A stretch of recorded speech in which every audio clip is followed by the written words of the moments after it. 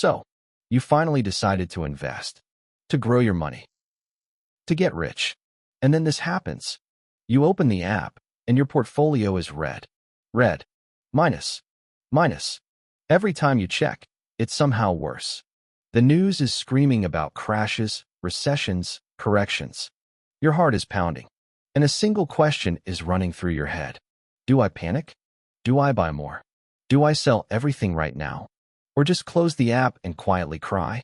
Before you touch a single button, I want you to remember one strange fact. Almost every major market crash in history has quietly created a brand new wave of millionaires. Wait. Really?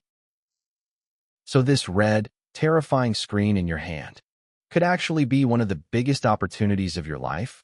But before you get excited or terrified, we need to understand what's actually happening. Why do stock markets crash in the first place? Is this normal? Or is this the moment you should genuinely be worried? How do you survive when everything is falling? And most importantly, how do some people walk away from a crash richer than ever, while everyone else loses everything? By the end of this video, you'll understand all of it, and you'll know exactly which side of the crash you want to be standing on. So let's begin. Because the people who understand this rarely panic again. First, let's answer the big one. Why do markets crash? A crash is simply when the stock market suddenly drops fast, many stocks falling sharply, all at once. And it usually comes down to three causes. The first is a bubble bursting. You've heard the word bubble thrown around 100 times. But here's what it actually means. A bubble forms when stock prices climb way higher than they should, not because businesses are really worth that much, but because of pure hype. Everyone's excited. Everyone's buying. Prices detach from reality and float up like a balloon. And then, one day, enough investors quietly realize, this isn't real. They rush to sell, and the balloon pops. The perfect example is the dot-com bubble of the early 2000s. The internet was the shiny new future, and investors threw money at literally anything with .com in its name, even companies with no profits, no customers, and no real business at all. At the peak, over 400 internet companies went public, and the Nasdaq, the tech-heavy index, soared more than 800%. It felt unstoppable. Then reality arrived. People realized most of these companies made no money. The selling began, and the bubble exploded. The Nasdaq crashed nearly 80%, wiping out trillions of dollars, and it took 15 long years just to climb back to where it started. That's how every bubble works. Hype inflates the prices. Reality pops them. The second cause is a bad economy. When times get hard, when inflation makes food and rent painfully expensive, people naturally cut back on spending. And when people spend less, businesses sell less. When a company sells less, investors expect smaller profits ahead, so they sell the stock, and the price falls. If this keeps spreading, it can tip into a recession when the entire economy actually shrinks. Production slows. Spending drops. Fear takes over. And the market falls even harder. That's why recessions and crashes so often go hand in hand. One quietly feeds the other. And sometimes, the crash comes from policy. When inflation runs too hot, the central bank steps in and raises interest rates to cool it down, which makes borrowing money more expensive. Suddenly, businesses that rely on loans start struggling. They cut production. People save more and spend less. Fear spreads and stocks slide. This is exactly why the entire financial world holds its breath every time this one person steps up to announce interest rates. If rates go up, loans get expensive, businesses tighten, and stocks usually drop. If rates get cut, money gets cheaper, businesses breathe, and stocks usually climb. One sentence can move trillions. The third cause is the scariest, because nobody sees it coming. Black swan events. It's just a fancy name for sudden, unexpected disasters, wars, pandemics, terrorist attacks, financial scandals. Shocks that make people fear for the entire economy and sell their stocks as fast as humanly possible. The clearest example is the 2020 COVID crash. Nobody predicted a global pandemic. And within just a few weeks, world markets plunged over 30%, as investors panicked about businesses shutting down and the economy collapsing overnight. So those are the three big engines of a crash: bubbles, bad economies, and black swans. There are others: too much borrowing, herd behavior, but these three drive almost every crash you'll ever see. Which brings us to the real question. Is all of this normal? Or should you actually be worried? Here's the honest answer.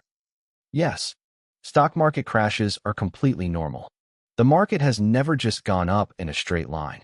It moves in cycles, ups and downs, over and over, forever. If you're investing for the long term, this is the single most important thing to accept. Crashes aren't a glitch in the game. They are the game.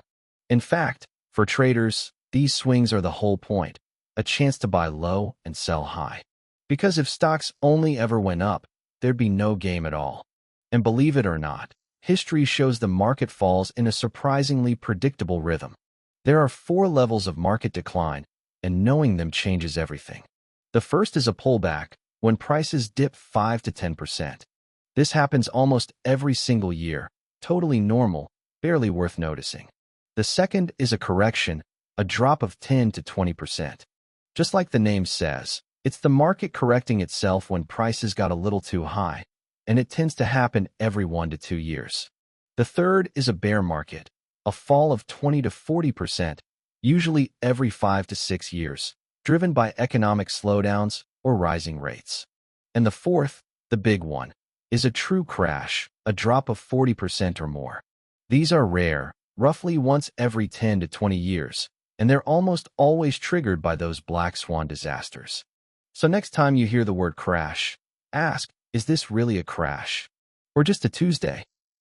And here's the part that should calm your racing heart. History has proven, again and again, that the market always bounces back and often comes back stronger.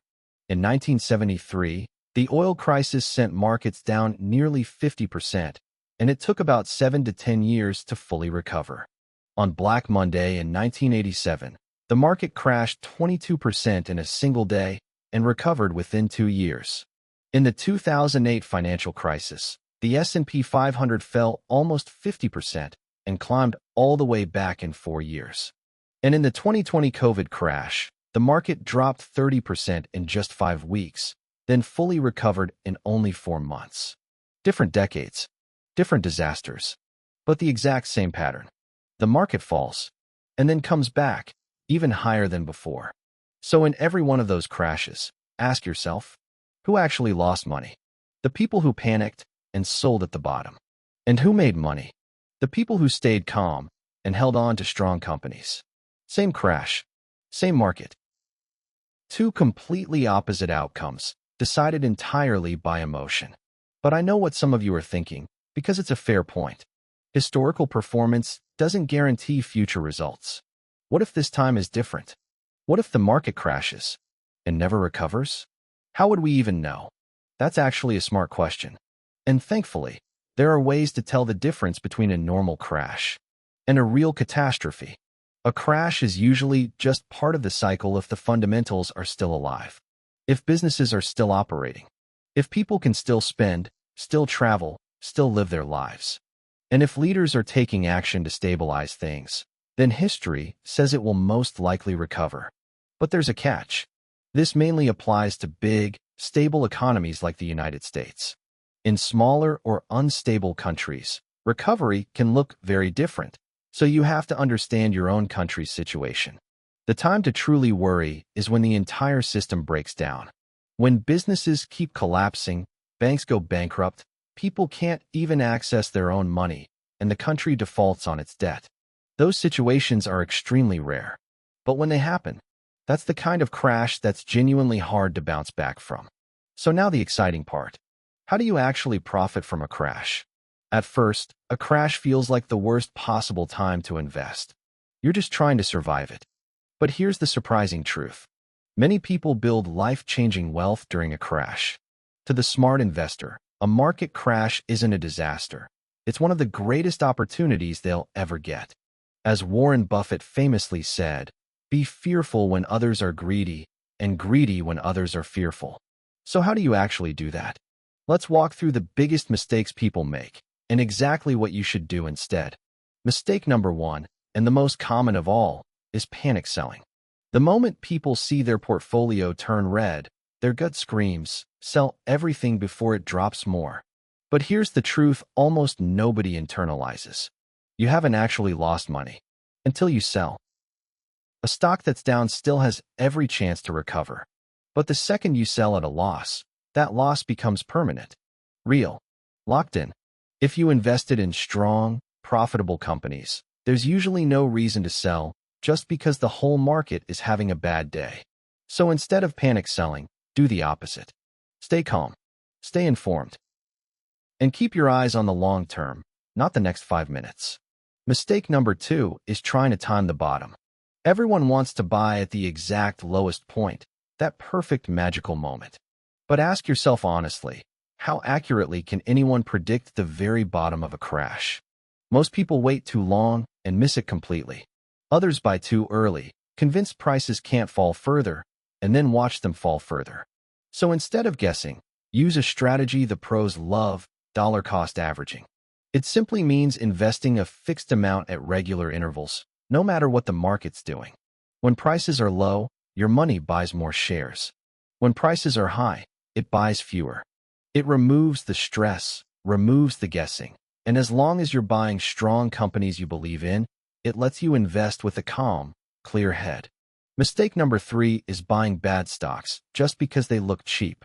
You've probably noticed I keep repeating one phrase: strong, profitable companies. Here's why. When the market crashes, everything goes on sale, and it's tempting to grab anything that looks like a bargain. But not every company recovers. Some businesses fail completely, and their stock never comes back. That's why you focus on quality, companies with low debt, solid earnings, a history of surviving hard times, and a real future. Because during a crash, great companies become cheap not because they've gone bad, but simply because everyone around them is panicking. And that is the opportunity. Let me show you what that actually looks like. Before the 2008 crisis, one strong, profitable company's stock traded around $90 a share. With $1,000, you could buy just 11 shares. Then the crash hit, and that same stock dropped below $40. Now that same $1,000 could buy 25 shares instead. If you'd done your research and truly believed in that company's future, you could have bought it at that discount, while everyone else was running away. A few years later, that company didn't just recover. It exploded, climbing past $3,000 a share by 2021. That's over 8,000% growth, which means those 25 shares, bought in the middle of everyone's panic, would have become worth more than $75,000. The crash didn't make those people poor. It made them rich. Mistake number four is failing to diversify. Some investors dump everything into one stock or one sector, convinced it's a sure thing. But in a crash, some industries fall much harder than others. Smart investors spread their money across different sectors: tech, healthcare, consumer goods, utilities, so that if one area collapses, the others can cushion the blow. Some go even further, adding bonds, commodities, or international stocks for extra protection. And if picking individual companies sounds overwhelming, there's a simpler path: funds like ETFs and index funds. They automatically spread your money across hundreds of companies at once, so you don't have to handpick each one. Diversification won't make you rich overnight, but it might just keep you in the game long enough to get there. And the final mistake, maybe the most human of all, is FOMO, the fear of missing out. When panic spreads, people stop thinking and start copying. If everyone's selling, they sell. If the news predicts doom, they believe it. But here's a humbling truth. Even legendary investors admit that not even Wall Street professionals can predict the market perfectly. So make sure you actually understand what you're buying. Do your own research. And if you're unsure, there's zero shame in talking to a financial advisor. But whatever you do, never blindly follow the crowd, not even the experts. Because as Buffett puts it, never invest in something you don't understand. Now, there's one more strategy the professionals sometimes use, called short selling, essentially betting that a stock will fall. You borrow a stock, sell it high, and if the price drops, you buy it back cheaper and keep the difference. Some legends made billions doing it. But it's extremely risky, Because if the stock rises instead, your losses can be brutal. I'm only mentioning it so you know it exists. I don't recommend it, especially not for beginners. So here's the conclusion that ties it all together. A market crash feels terrifying, but it's just part of the cycle. Historically, the market has always recovered and reached new highs after every single crash. Nobody can predict the future, but the pattern is clear: recovery is likely, unless the entire economy truly collapses. The key to not just surviving a crash, but profiting from it, is simple. Stay calm. Don't panic sell. Do your research. And buy quality companies while they're on sale. Panic sellers lose. Smart investors turn crashes into their greatest wins. So when the next crash comes, and it will, don't fear it. Be ready. If this changed how you see market crashes, subscribe to Financial Origins for more. Thanks for watching, and I'll see you in the next one.